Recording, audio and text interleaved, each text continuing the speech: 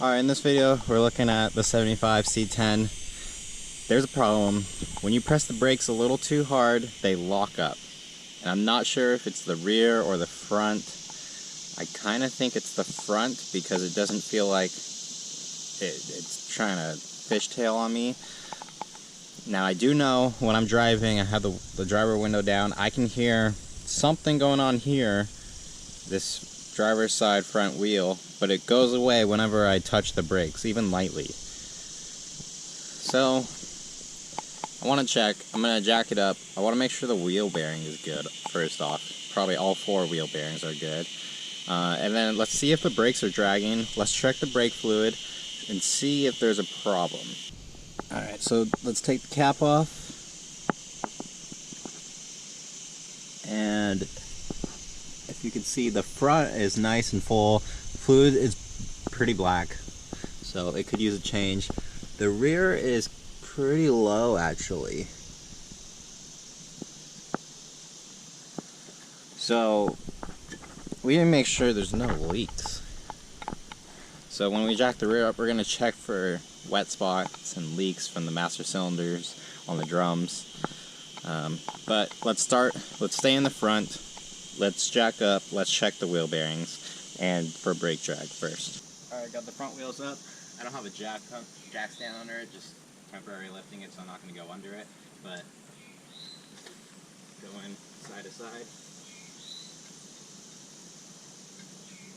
Nope, seems normal, up and down. Oh, it is rocking.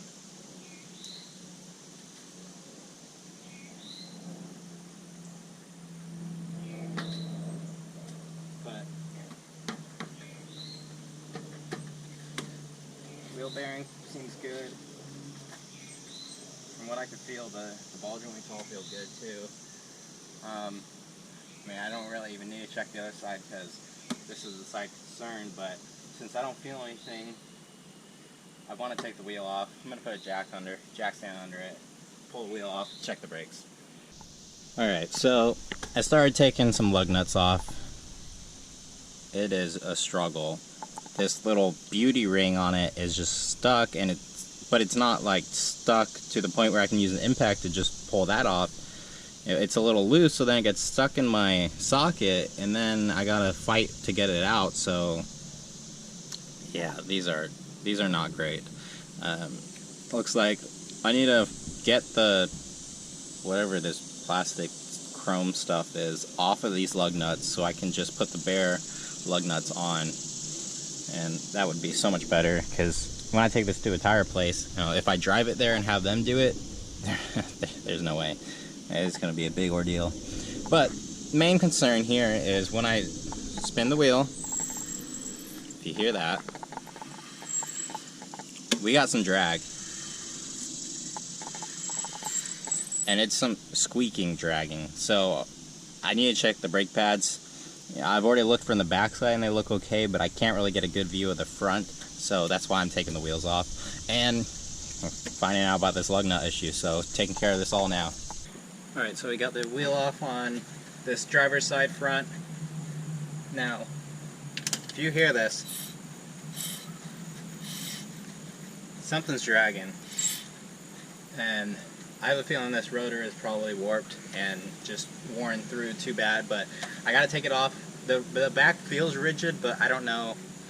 I need to take this rotor off, inspect it. Most likely gonna need a new rotor, but gotta take it off. So this is a 3/8 Allen head. So that's the size. Of course I didn't have it, because I don't normally work on big trucks. I mean, this isn't a big truck, but it's bigger than the cars I usually work on. Alright, out come the guide pins. Front and rear. Okay.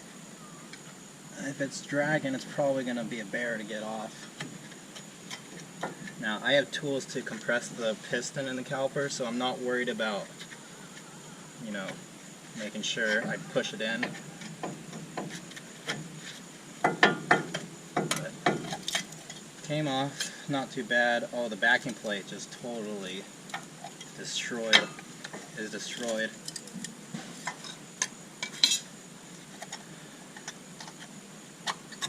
Oh, the rear side clips into place. That's interesting. Alright, I need to find a good spot to put this. Okay, caliper can hang there.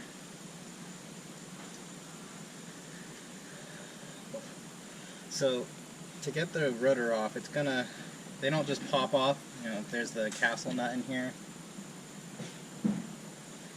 And man, I can already feel this is warped like no other. It might be able to be turned, but I'm gonna have to measure it again. It needs to come off. So let's pop the dust cover off, get the nut off.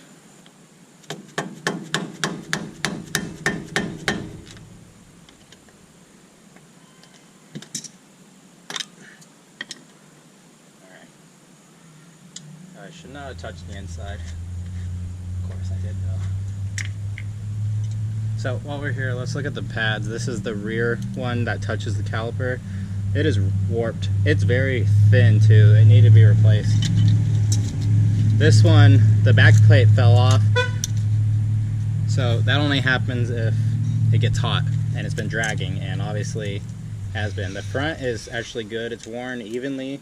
It's a little low but not too bad, but the back is just cooked in some spots. Alright, I need to remove this. Alright, let's get this pin out of here. It's pretty handy having a flathead screwdriver with a little slot in it to pick stuff out like that. Alright, and let's see if I can get these get the castle nut off with just this plier. Oh yeah. These castle nuts are not tight at all. They can't be because of the wheel bearing in there.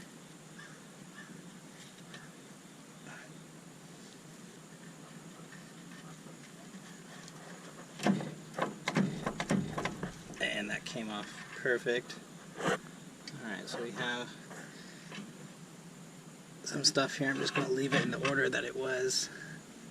Alright, I have settled on a solution on what I need to do. So this rotor, the backside of it is cooked basically. Now I'll show you the other side real quick. Now I took this rotor off, I felt it all up, it feels perfect. There's really nothing wrong with it. It drags a little, but I mean this design is supposed to do a little bit, so I would say the caliper pins probably just need a little bit of lubing. The plan of attack here is new brake pads all around. I want to get this rotor turned just to be confident that it's good. While I go to turn that rotor in, I want to see if this one measures out okay and can get turned. They're plenty thick, so I think there's enough life in this to get turned. If not, I'll have to get one new rotor. Now the big thing is this caliper, this seal, this is a dust shield or a dust seal. This is completely destroyed, and I can't just ignore it. It is just a dust shield, and the part that matters is still there, but I can't live with that. I need to replace the seals. So what I'm going to do is take the caliper off, order the seal kit, and I'm going to rebuild this caliper. Plus the caliper was kind of sticking, so it probably needs a good rebuild anyways. Wheel bearings look good. I only checked this one obviously, but the bearing itself looks good, so just gonna repack both sides with grease and probably do a little bit of rebuilding, painting it. We'll see. But this is slowly turning into a little bit of a front brake rebuild, when in reality all I wanted was just to get this truck back on the road, but I can't just let this go in good conscience. So yeah, that's the plan. And before I end this off, this is the back side of that driver's side rotor, and just in the light you can see the grooves. It is pretty rough. And no wonder the front brake pad just the backing plate melted off. So I don't have high hopes about getting this rotor turned. I gotta go get the other one turned at least, so I might as well see. But I'll keep you guys updated. The next video we'll start rebuilding everything. Thank you for watching. See you in the next one.